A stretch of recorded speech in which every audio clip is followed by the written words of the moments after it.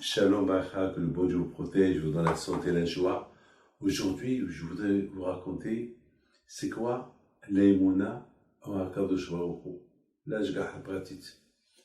Il y a une femme à Ashdod, elle habite avec nous, dans la Shrona d'Ashdod.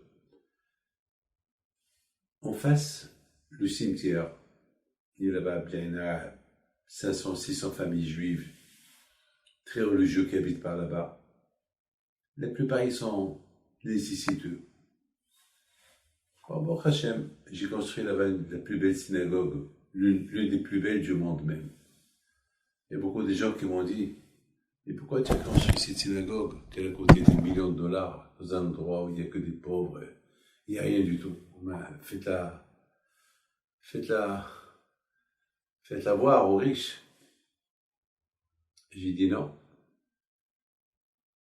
Cette synagogue, je l'ai construite en face du cimetière de mon père. Oui, mon père est enterré. Comme ça, les gens, ils vont voir la tombe de mon père, ils vont voir l'œuvre, ce que ses petits-enfants, ses enfants ont fait. On ne cherche pas l'argent. On cherche à faire connaître le bon Dieu. C'est pas que les riches seuls, ils ont le droit d'avoir une belle synagogue. Même les nécessiteux, même les blétorats, ils ont le droit d'avoir une très belle synagogue bien climatisée en hiver, en été, et en hiver, elle est bien chaude. Alors, il y a une femme, Madame Malka, que elle, toute l'année, elle prend les 40 jours chez mon père. Chaque jour, elle va chez mon père. Chaque jour. Elle prie pour tout le monde. Et voilà, ces deux filles, ils ont atteint l'âge de se marier. Ils n'ont pas de chidour, rien du tout. Et non seulement ça, même s'ils trouvent des chidours, ils n'ont pas d'argent.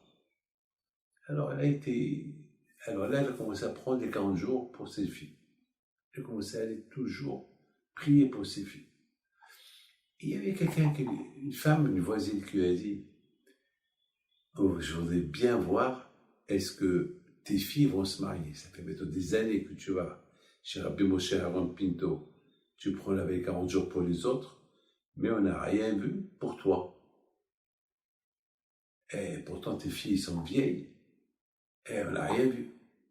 Elle a dit, bon, vous n'allez pas tester le tzaddik. Bon, avec les déchets, elle a dit, mais le problème que j'ai, c'est le jour que ma prière va être acceptée chez le bon Dieu, et j'aurai l'argent pour les marier toutes les deux. Alors, ils lui ont dit, bah déjà, que tu trouves les hatan, Dieu est grand. Elle a commencé à faire ça. Et toute la communauté, ils ont commencé à calculer les jours qu'elle allait au cimetière pour prier dans la tombe de mon père. C'était quelque chose de... Tout le monde voulait savoir c'est quoi la fin de cette histoire. Et 40 jours plus tard, elle finit ses 40 jours, elle retourne à la maison. Alors, du cimetière à la maison à elle, c'est pas loin, il faut traverser le grand boulevard. Et en traversant, il y a une voisine que elle aussi, elle va pour pèleriner mon père. Alors, elle lui dit, ça va toi, ça fait longtemps que je ne t'ai pas vu, pourtant on habite à côté. Et regardez, parfois c'est la folie. On peut habiter à côté de quelqu'un et on ne le voit pas. Mais Ménachia même, ça a été qu'ils ne se sont pas rendus compte qu'ils étaient voisines, l'une qu'elle habite pas loin de l'autre. Ils ont commencé à discuter. Et d'une discussion à l'autre, ils ont commencé à parler des enfants qui sont mariés, des enfants qui ne sont pas mariés. Et chacun la voisine lui dit, tu sais, j'ai 2 garçons pour tes filles. Je lui ai dit, pour mes filles. Et elle a commencé à pleurer. Il a raconté l'histoire des 40 jours. Et les 40 jours, ils se terminent aujourd'hui. Alors, il dit, alors viens avec moi, on va pèleriner avec Moshe Aaron Pinto, même que tu l'as déjà pèleriné, comme ça je réussis. Elle est retournée avec elle chez mon père à la vache, ils ont prié. Le même soir, ils sont appelés au téléphone. La même semaine, ils se sont rencontrés, les filles et les garçons. Et 2 mois plus tard, ils se sont mariés. Comment vous comprenez ça? Comment vous comprenez ça? Mais le problème, c'est l'argent. Le problème, c'est l'argent. Lorsque j'ai écouté cette histoire, j'étais tellement bouleversé de voir le miracle. Comment Akadosh Baruch Hu écoute la prière des gens, ceux qui prient pour les autres, à la Shalom.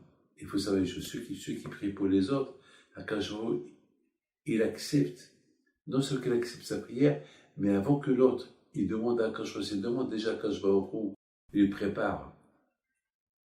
prépare déjà une remède.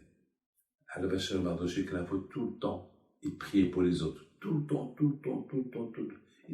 Je sais qu'il ne manquait que la barbe et le chapeau. Toujours il m'appelait pour me faire la bracha. Beaucoup de fois, il me demandait que je prie pour lui. Il me disait, David, fais-moi une bracha comme ton père me faisait. Lui, il aimait que je fasse la bracha, pas en résumé. Grand. Et lui, lorsqu'il faisait la bracha à quelqu'un, il la faisait très très long. Très très long.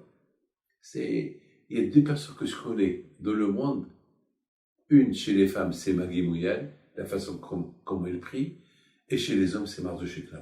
La façon comme il prie, il faut que prie pour les gens.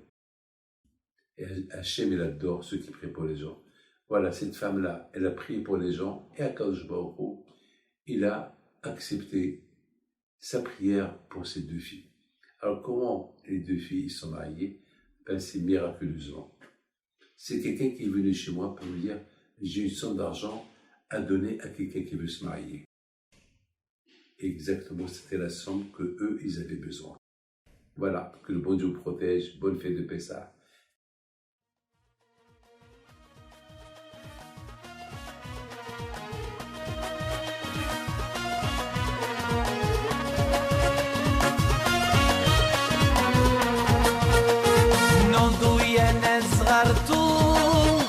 على ربيع حيم بنتو وقف لنا زي خود